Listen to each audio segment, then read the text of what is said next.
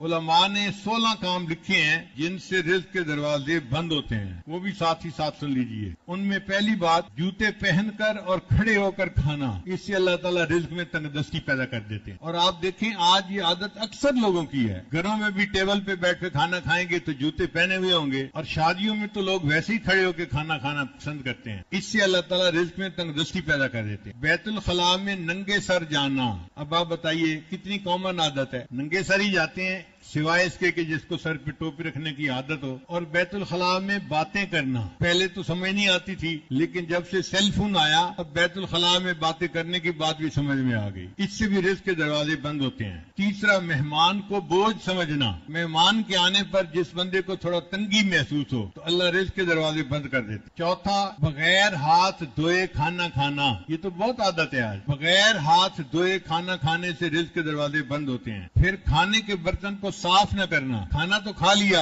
اور جو بچا ہوا ہے بس وہ اسی طرح چھوڑ دیا۔ پلیٹ کو صاف کرنا سنت ہے۔ پھر مسجد میں آ کر دنیا کی باتیں کرنا، جو بندہ مسجد میں آ کر دنیا کی باتیں کرے اللہ اس کے رزق کو تنگ کر دیتے ہیں۔ پھر 7واں نمبر ہے فقیر کو جھڑکنا، فقیر کو جھڑکنا بہت بڑا گناہ، آپ نہیں دے سکتے تو اس کو پیار سے کہیں کہ بھئی آپ آگے چلے جائیں۔ ڈانٹ ڈپٹ کرنے کا کیا مطلب ہوتا ہے؟ جو فقیر کو دیکھ کے تیوریاں چڑھائے، شکل بنائے اور اس کو بھگائے، اللہ اس کے رزق کو تنگ کر دیتے ہیں۔ پھر مغرب کی نماز کے بعد بغیر عذر کے سونا، کوئی مریض ہے یا کوئی عذر ہے وہ تو الگ بات ہوئی، کئی لوگوں کی عادت ہوتی ہے، تو مغرب کے بعد اگر سونے کی عادت بنا لی جائے تو اس سے رزق تنگ ہو جاتا ہے۔ پھر فرض نماز کو قضا کر دینا، اس سے بھی رزق تنگ ہو جاتا ہے۔ 11واں نمبر ہے جھوٹ بولنا، جو بندہ زیادہ جھوٹ بولے گا اس کا رزق تنگ ہوگا، اور اگر آپ دیکھیں کہ اس کے پاس پیسہ بھی بہت ہے تو سمجھ لیں کہ یہ حرام کا مال ہے، جھوٹ بول کے کمایا گیا ہے، حلال کا مال نہیں ہے۔ پھر گانے بجانے میں دل لگانا، جن کو گانے سننے کا شوق ہوتا ہے، ہر وقت موسیقی لگی رہتی ہے، اس موسیقی کی نحوست کی وجہ سے بھی اللہ رزق کے دروازے بند کر دیتا۔ اور ایک ہے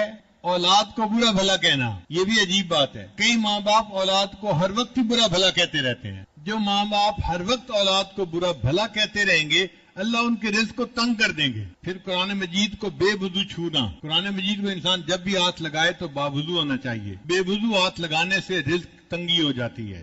پھر نظروں کی حفاظت نہ کرنا، غیر محرم کو دیکھنا، جن کو حرص ہوتی ہے نا، ہوس ہوتی ہے کہ ہر گزرنے والی لڑکی کو دیکھو، عورت کو دیکھو، یہ ٹھپا کیسا تو وہ ٹھپا کیسا، تو ان کے رزق کو اللہ تعالیٰ پھر تنگ کر دیتے ہیں۔ اور 16واں ہے اہل و عیال سے ہر وقت لڑتے رہنا، کئی لوگ ہوتے ہیں ہر وقت بیوی کے ساتھ کچھ نہ کچھ کھٹ پٹ چلتی رہتی ہے، چھوٹی چھوٹی باتوں پہ، نکمی باتوں پہ، تو جو ہر وقت اپنے اہل خانہ کے ساتھ لڑتا رہے اللہ اس کے رزق کو بھی تنگ کر دیتے ہیں۔ تو 16 دروازے تھے جن سے رزق بند ہو جاتا ہے۔ اللہ تعالیٰ ہمیں رزق کی پریشانیوں سے محفوظ فرمائے، اور اللہ ہمیں دین کے راستے میں خرچ ہونے والا مال عطا فرمائے جو ہمارے ایمان کے لیے ڈھال بن جائے۔